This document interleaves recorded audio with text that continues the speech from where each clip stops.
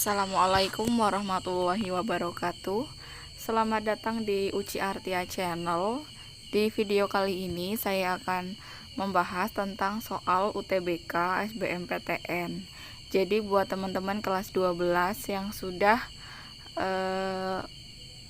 menyelesaikan sekolahnya selama kurang lebih 3 tahun meskipun tidak ada ujian nasional karena pandemi virus COVID-19, tapi jangan harap bahwa SBMPTN akan dihilangkan. Nah, di video kali ini saya akan bahas dengan cara cepat bagaimana menyelesaikan soal UTBK. Jadi buat masuk perguruan tinggi, teman-teman perlu cara cepat biar bisa menyelesaikan soal dengan tepat dan dengan waktu yang cepat. Oke, langsung saja soal nomor 1. Tentukan nilai X pada pola berikut. Di gambar pertama ada angka 19, 16, kemudian 12. Nah, buat teman-teman silahkan kalian hubungkan antara letak yang polanya sama. Berarti 9 dengan 18, kemudian 16 dengan 32, sedangkan 12 dengan X. Logikanya berarti 9 dikali berapa biar hasilnya 18? Kan dikalikan 2. 9 kali 2 18. Kemudian yang sebelahnya berarti 16 kan dikali 2.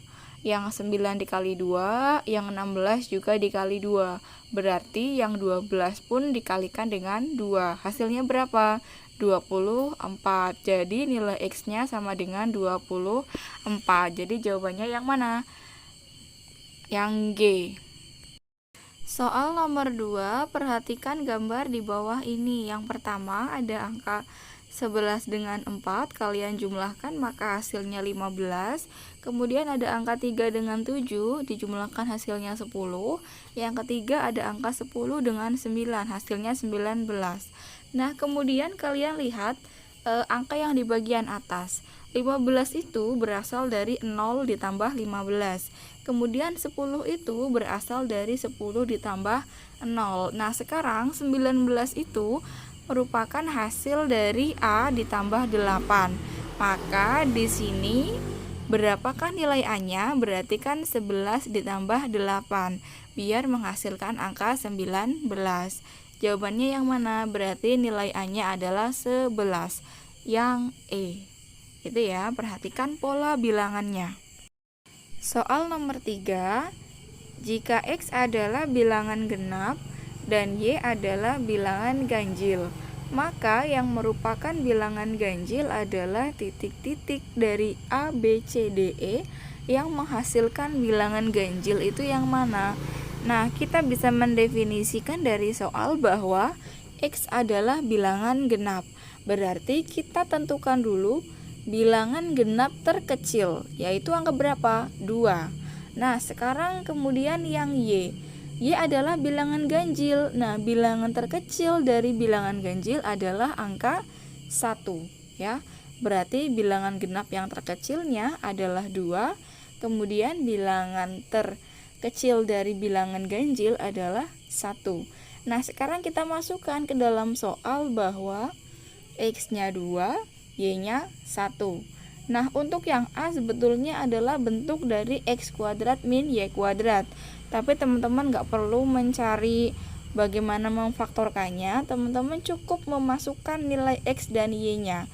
Berarti kita akan masukkan bahwa nilai X-nya 2, kemudian nilai Y-nya 1 ya. Berarti tulis dulu X-nya 2, Y-nya 1. X plus Y berarti 2 ditambah 1. Nilainya 3. Dikali 2 dikurangi 1, berarti dikali 1 ya. Nah, hasilnya 3 dikali 1 sama dengan 3. Nah, ini yang A sudah ketemu jawaban bilangan ganjil, yaitu sama dengan 3. Jadi, teman-teman tidak perlu repot-repot mencari nilai yang B, C, D, E. Kalau sudah ketemu jawaban yang A, langsung saja pasti itu jawabannya. Jadi ini secara singkat akan menghemat waktu teman-teman untuk mengerjakan soal. Intinya kalau sudah ketemu 1, yang lain tidak perlu dicoba. Soal berikutnya, di antara bilangan di bawah ini yang habis dibagi 8. Nah, teman-teman, jika ada soal seperti ini, maka teman-teman silahkan fokus pada 2 digit bilangan terakhir dari pilihan ganda. Berarti yang pertama 56, kemudian 67, kemudian 78, 89, terus 90.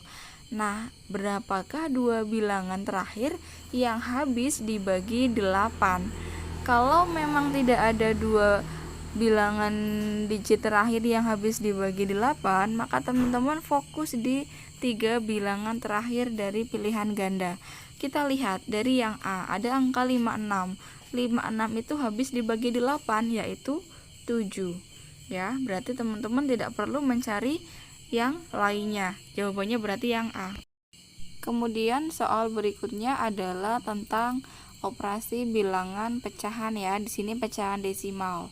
Kalau ada soal seperti ini, teman-teman langsung saja kelompokkan yang komanya itu sama. Tapi jangan lupa dikelompokannya itu berdasarkan tanda ya. Misalnya kayak dari min 5,55, min 4,45 dan seterusnya. Nah, kita kerjakan dulu yang sudah saya lingkari.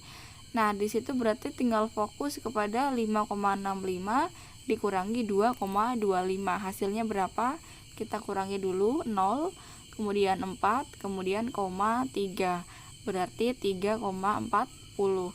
Nah, di sini sudah ada hasilnya dari yang sudah dikelompokkan. Ada min 1, min 1, min 1. Berarti tinggal 3,40 dikurangi 1, dikurangi 1, dikurangi 1. Hasilnya berapa? Berarti tinggal 3,40 dikurangi 3, tinggal 0,40. Nah, kita jadikan pecahan biasa, yaitu 4/10. Kita sederhanakan lagi, jadi berapa? Jadi 2/5 ya, karena dibagi 2. Jawabannya berarti yang mana? Yang A. Itu soal bentuk bilangan pecahan. Kemudian soal berikutnya, jika P lebih dari 3 dan Q lebih dari 4, maka P dikali Q adalah titik-titik. Teman-teman jangan terkecoh dengan soal seperti ini. Jangan langsung dikalikan ya nilai P dan Q-nya. Jangan langsung 3 kali 4 ya. Tapi teman-teman harus lihat dulu, di situ adalah P-nya lebih dari 3. Maka kita harus mencari himpunan dari P lebih dari 3. Berapa saja anggotanya? Lebih dari 3, berarti dimulai dari angka 4, 5, 6, 7, dan seterusnya. Kemudian yang Q, himpunannya adalah lebih dari 4, dimulai dari angka berapa? 5, 6, 7, dan seterusnya. Nah, yang terkecil dari P adalah 4, kemudian yang terkecil dari Q adalah 5. Kita kalikan, berarti nilainya 20. Karena 4 dan 5 adalah ikut di dalam himpunan tersebut, maka jawaban yang benar adalah yang D. P kali Q lebih dari sama dengan 20. Yang E kenapa salah? Karena yang E lebih dari 20, padahal terkecilnya adalah 4 dan 5. Soal berikutnya, nilai pengganti X dan Y berturut-turut yang tepat pada barisan berikut adalah, di sini barisannya ada X, ada 32, 29, 29, 22, 26, dan Y. Pertama kita akan mencari bagaimana polanya. Nah, dari baris pertama ke ketiga, 32 ke 29, kemudian 29 ke 26. Nah, dari 32 ke 29 itu dikurangi berapa? Dikurangi 3 ya. Dari 29 ke 26 juga dikurangi 3. Nah, kemudian kita gunakan pola yang bawah, dari 29 ke 22. 29 ke 22 itu dikurangi 7. Maka untuk 29 ke X dikurangi 7, dari 22 ke Y juga dikurangi 7. Sekarang karena ke depan jadinya ditambah ya. 29 ditambah 7 berapa? 36. Dan yang belakang 22 dikurangi 7 berapa? 22 dikurangi 7, berarti nilainya 15. Berarti nilai X-nya adalah 36, nilai Y-nya adalah 15. Jawabannya yang B. Next, soal berikutnya, jika luas daerah segitiga sama sisi adalah 9 akar 3 cm kubik. Ini soalnya salah, harusnya 9 akar 3 cm per segi, karena luas ya, dia luas. Dan kalau kubik itu merupakan volume ya, jadi saya akan rubah dulu, ini merupakan 9 akar 3 cm persegi. Nah, di sini diketahui segitiganya adalah sama sisi. Jadi, teman-teman harus ingat bahwa rumus luas segitiga sama sisi adalah apa? Kalau dengan rumus luas itu berarti sama dengan 1/4 kali A kuadrat akar 3. Ini rumus luas daerah segitiga sama sisi. Nah, kemudian kita masukkan bahwa luasnya adalah 9 akar 3. Nggak muat, sebelah kanan aja. 9 akar 3 sama dengan 1/4 A kuadrat akar 3. Kita coret saja akar 3-nya, tinggal 9 kalikan yang bawah ya. 9 kali 4 berarti 36 sama dengan A kuadrat, atau kita tuliskan menjadi A kuadrat sama dengan 36. Berarti A sama dengan akar 36. Nah, akar 36 adalah plus minus 6 ya. Nah, kita ambil yang nilainya positif, berarti A-nya sama dengan 6. Kenapa diambil 6? Karena tidak ada panjang sisi yang nilainya negatif ya. Jadi, ketemu A-nya sama dengan 6. Nah, ini yang akan dijadikan sebagai panjang sisi. Nah, yang ditanyakan adalah keliling segitiga. Berarti kita gambarkan dulu segitiga sama sisi, semua sisinya kan sama. 6, 6, 6. Dan keliling tinggal dijumlahkan. 6 kali 3 sama dengan 18. Lanjut ke soal berikutnya. Perhatikan gambar di bawah ini ya. Di situ ada 2 buah segitiga dan ada beberapa bilangan ya.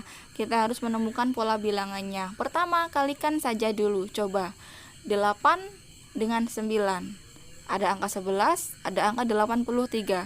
Nah, bagaimana sih pola permainan dari bilangan ini?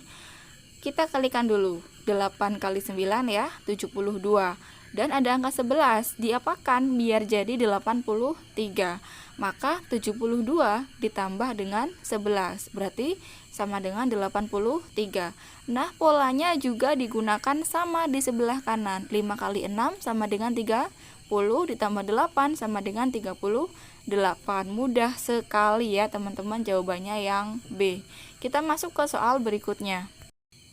Perhatikan gambar di bawah ini. Yang pertama ada segitiga 7, 10, 5, kemudian 14. Yang kedua ada angka 9, 8, 4, 18, kemudian 5, 2, 4, 3, dan Z. Tentukan nilai Z maksudnya ya. Nah, kita akan menemukan bagaimana sih pola dari 3 buah gambar yang ada di soal. Pertama ada angka 7, 10, 5. Hasilnya kok bisa 14? Nah, pertama kita coba 10 dengan 5. Kita bagi dulu ya. 10 dibagi 5. Kemudian kira-kira dikalikan 7, apakah hasilnya 14? Kita cek 10 dibagi 5 sama dengan berapa? 2 ya. Kemudian 2 dikalikan dengan 7, hasilnya berapa? 14. Nah, kita juga gunakan pola ini ke soal yang atau gambar yang berikutnya. 8 dibagi 4 sama dengan 2, 2 dikali 9 sama dengan 18. Sekarang yang pola ketiga, 24 dibagi 3 hasilnya 8. 8 dikalikan 5 hasilnya 40. Berarti nilai Z-nya adalah 40 ya. Mudah sekali, jawabannya yang D. Jadi teman-teman harus terbiasa dengan pola-pola bilangan. Soal berikutnya masih dengan pola bilangan ya. Perhatikan baik-baik. Soal berikutnya masih dengan pola bilangan. Di sini ada 2 buah bangun persegi panjang ya. Ada angka 5, 6, 7, 4 yang menghasilkan angka 22. Nah, bagaimana? Kita akan coba menjumlahkan yang bagian bawah. 5 dengan 6 dijumlahkan berapa? 11. Yang bagian atas berapa? 4 dengan 7 juga 11. Jika dijumlahkan, maka hasilnya 22. Nah, kita akan terapkan juga di pola bilangan yang sebelah kanan. 7 dengan 8, 15. 6 dengan 9 juga 15. Jika dijumlahkan, 15 tambah 15 berapa? 30. Berarti jawabannya yang mana? Yang A. Sangat-sangat mudah ya teman-teman. Semoga terbiasa dengan pola bilangan. Nah, berikutnya masih dengan pola bilangan. Perhatikan gambar di bawah ini. Tentukan nilai Y dari pola bilangan yang kedua. Di sini ada angka 6, 3, 7, 11. Permainannya apa? Kita akan coba-coba dulu. Jika dijumlahkan mungkin belum bisa ya. 6 tambah 11, 17 tambah 3, 20. Bukan menghasilkan angka 7. Kita gunakan cara yang lain. Misalnya kita kalikan antara 6 dengan 3. Berarti 6 kali 3 sama dengan 18 ya. 18 dikurangi 11. Oh iya benar ya. 18 dikurangi 11 sama dengan 7. Nah, kita akan terapkan ke pola bilangan yang kedua. Tadi 7 kali 3 sama dengan berapa? 21. Kemudian dikurangi berapa biar hasilnya 9. Berarti 21 dikurangi 9 juga boleh ya. 21 kurangi 9 berarti sama dengan berapa? Sama dengan 12. Jadi jawabannya yang mana? Jawabannya yang D. Sangat mudah ya pola bilangannya. Kemudian pola berikutnya. Bilangan berikut yang merupakan bilangan kuadrat dan sekaligus bilangan pangkat 3. Berarti kita akan coba dari soal A, B, C, D, E yang merupakan bilangan kuadrat dan bilangan pangkat 3. Coba yang pertama, 8 itu kan 2 pangkat 3 aja. Berarti ini bilangan berpangkat 3. Yang 27, 3 pangkat 3. Kalau yang 64 bisa 8 pangkat 2. 64 ya, 8 pangkat 2. Kemudian bisa lagi yaitu 4 pangkat 3. 4 kali 4 kan 16, kali 4 64. Berarti jawabannya yang C. Sudah, berhenti sampai sini, tidak perlu menjawab yang lainnya. Kalau kita cek, maka yang D itu kan 9 kuadrat, yang 100 itu kan 10